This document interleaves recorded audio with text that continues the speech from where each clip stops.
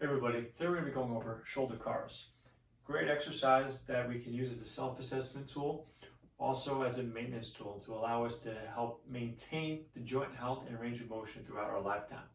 So when we get started or get set up, we want to create a little bit of tension throughout our body. So the arm that's not moving, we're going to make a fist and reach towards the floor, maybe like 30% tension through that area. Core tight, glutes squeezing, quads tight, all the way down through the feet. And the reason for this is that as we're moving through, that tension is going to allow us to focus more on the movement at the shoulder, because what we want to do is we want to try to avoid compensating. And by compensating, that means moving other joints like the spine, the head, bending the elbow, things in that nature. So we want to focus on moving the shoulder and only the shoulder while keeping everything else quote unquote quiet. All right, so we're going to build that tension that we just talked about. We're going to start with our thumb pointing forward. And then what I want to do is I want to actually start to rotate my palm towards facing in front of me and reach across my body as far as I can.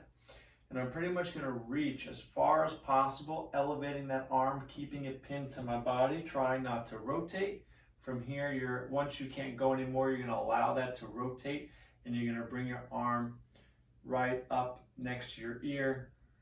Once you're in full flexion, we want to make sure that we're not compensating by bending an elbow or by arching it back. We're going to rotate that arm so that the palm faces away.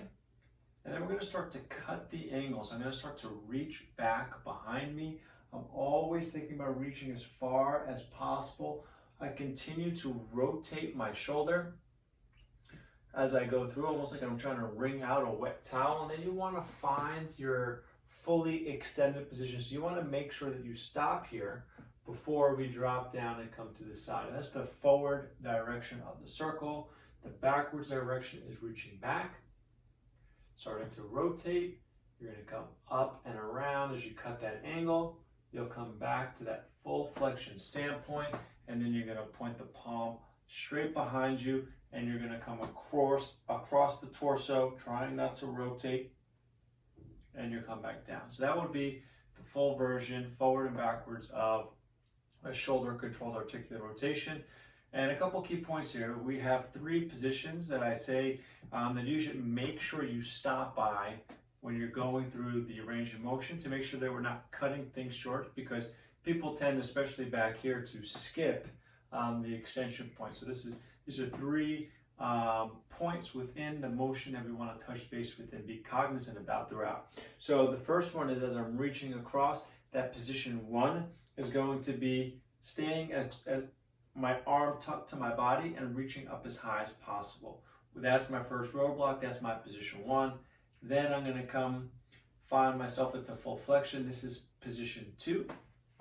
And then as I cut that angle and come back, I want to make sure I stop by position 3, which is full shoulder extension. So here I'm thinking about actually bringing my hand up towards the ceiling and reaching back behind me as far as possible. So make sure every rep hitting those 3 positions.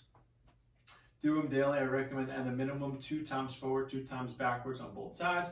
But depending on what you're working on, you may want to go even higher than that. Give it a try. Let me know what you think down in the comments below. See you guys next time.